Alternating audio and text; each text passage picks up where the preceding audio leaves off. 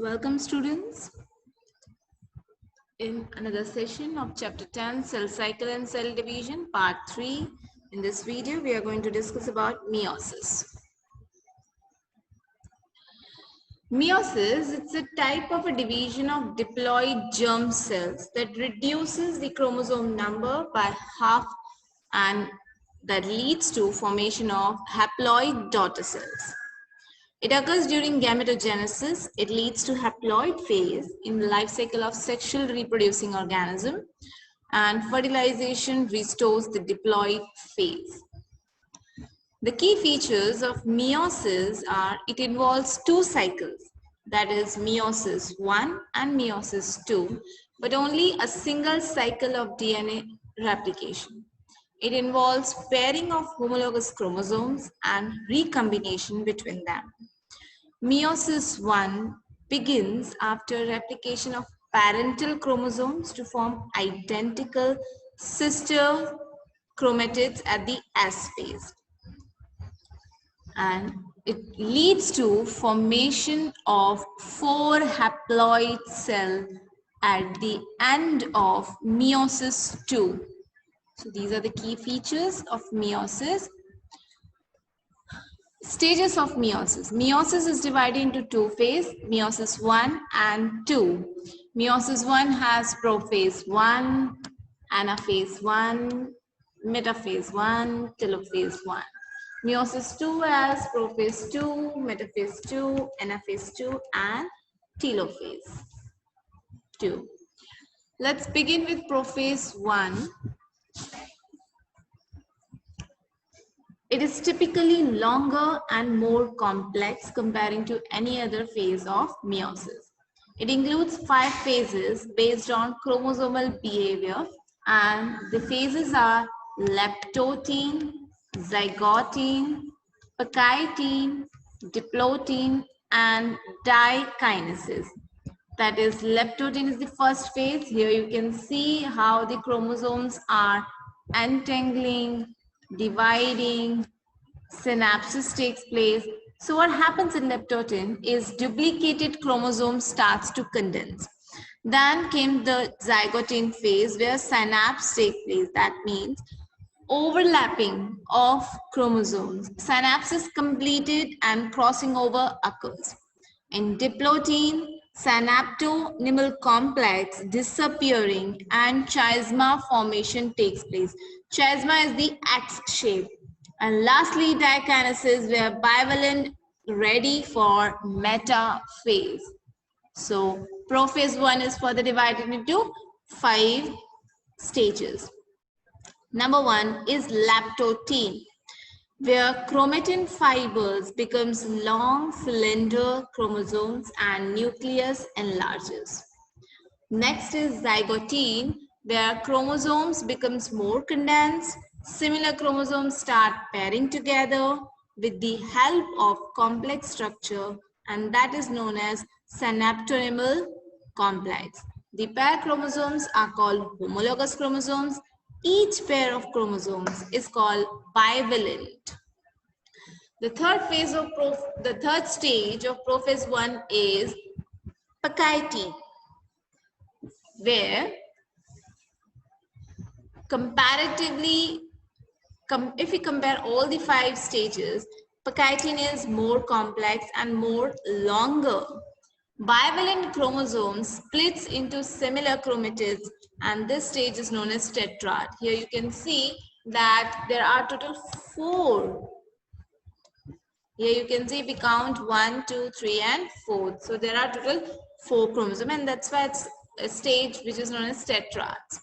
Appearance of recombinant nodules at which crossing over takes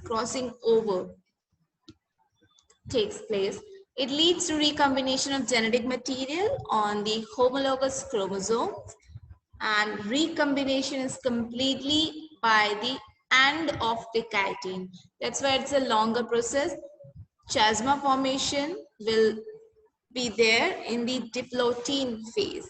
Here in pachytene, crossing over takes place as well as recombination that leads to recombinant, formation of recombinant genetic material. The fourth stage of prophase 1 is diplotin, where dissolution of synaptonymal complex occurs. The recombinant homologous chromosomes of the bivalent separates from each other except at the sites of crossing over, which will give rise to the structure that looks like an X-shaped structure, and that structure is known as chesmata. In oocytes of some vertebrates, diplotin lasts for months or year, that we will learn in grade 12. And the fifth last stage of prophase 1 is dikinesis, where terminalization of chasmata takes place. Chromosomes are fully condensed. The mitotic spindle fibers originate from the poles to prepare the homologous chromosome for separation. Nucleolus and nuclear envelope disappears. After prophase 1, metaphase 1 starts. It's same as of the what we have discussed till now in mitosis. Spindle fibers. Spindle formation is completed. The chromosome align at the equatorial plate.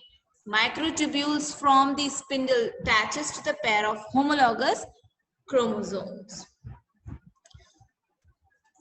Anaphase 1, the homologous chromosome separates while sister chromatids remain associated at their centromere. So if we observe it properly, what happens here? Here there were tetrad, 4, and that leads to division of 2 and 2, right? So in both the sister chromatin, there will be equal number of chromosomes. After anaphase 1, then occurs the telophase 1, where the nuclear membrane and nucleolus reappears and 2 haploid daughter nuclei are formed. This is called dyad. In a single cell, there are 2 nucleuses with same number of chromosomes. This stage is known as dyad. After this, cytokinesis may or may not occur. After a short interphase, it is followed by meiosis 2. This short stage between the two mitotic division is known as interkinesis. DNA replication doesn't occur in this phase. So only the machinery, cytoplasmic machinery, will develop, will synthesize, because no DNA content is required. So between two phases, meiosis 1 and meiosis 2, there is a gap, and that stage is known as interkinesis. It begins with interkinesis stops and it leads to beginning of meiosis 2. It resembles the mitosis. It's not that much different from mitosis. It's similar to the mitosis. It has 4 phases: prophase 2, metaphase 2, anaphase 2, and telophase 2. In prophase 2, it is initiated immediately after cytokinesis. The chromosomes again become compact and nucleolus, nuclear membrane disappears. It leads to metaphase 2, where chromosomes align at the equator and the microtubules from the opposite poles of the spindle get attached to kinetochores of sister chromatids. Anaphase 2, after metaphase 2, it leads to anaphase 2, and anaphase 2 begins with the simultaneous splitting of the centromere of each chromosome which was holding sister chromatids together. Thus, they move towards opposite poles of the cell. And at the end, the two daughter cells, two groups of chromosomes, once again get enclosed by nuclear envelope. Cytokinesis follows, resulting in the formation of tetrad of cells, that is 4 haploid daughter cells. So these are the overall steps of meiosis, where prophase 1 is divided into 5 stages, right? After that, it leads to metaphase 1, anaphase 2, and telophase, right? Here, the number of chromosome is 2n. But here it was, the chromosome were tetrad. The state where telophase inside the cell, two haploid daughter nuclei are there, is known as diad.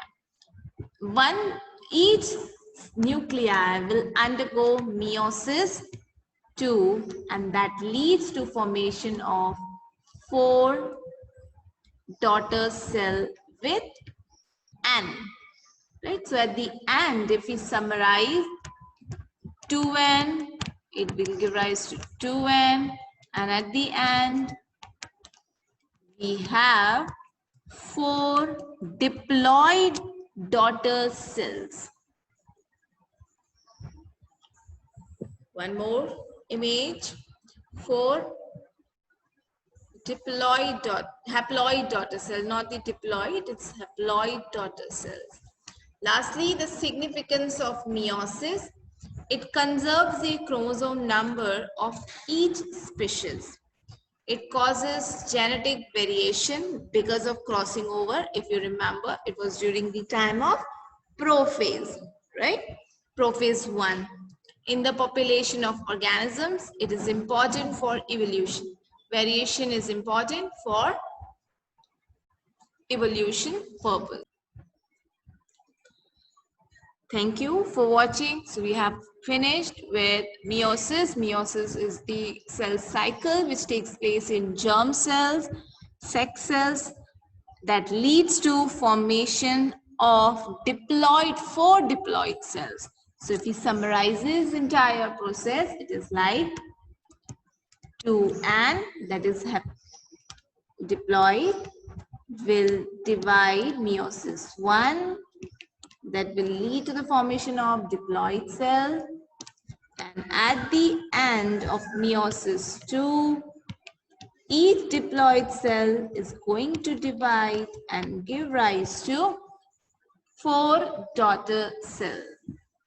This one is meiosis 1 and this one is meiosis 2. On the other hand, if we summarize this mitosis, 2N give rise to 2N. There is no reduction in chromosomal number. So mitosis is also known as equational division, whereas meiosis is known as reductional division. Meiosis is responsible for DNA recombination, that is variation is due to meiosis, and growth is because of mitosis. So that's was it about cell cycle and cell division. Thanks for watching.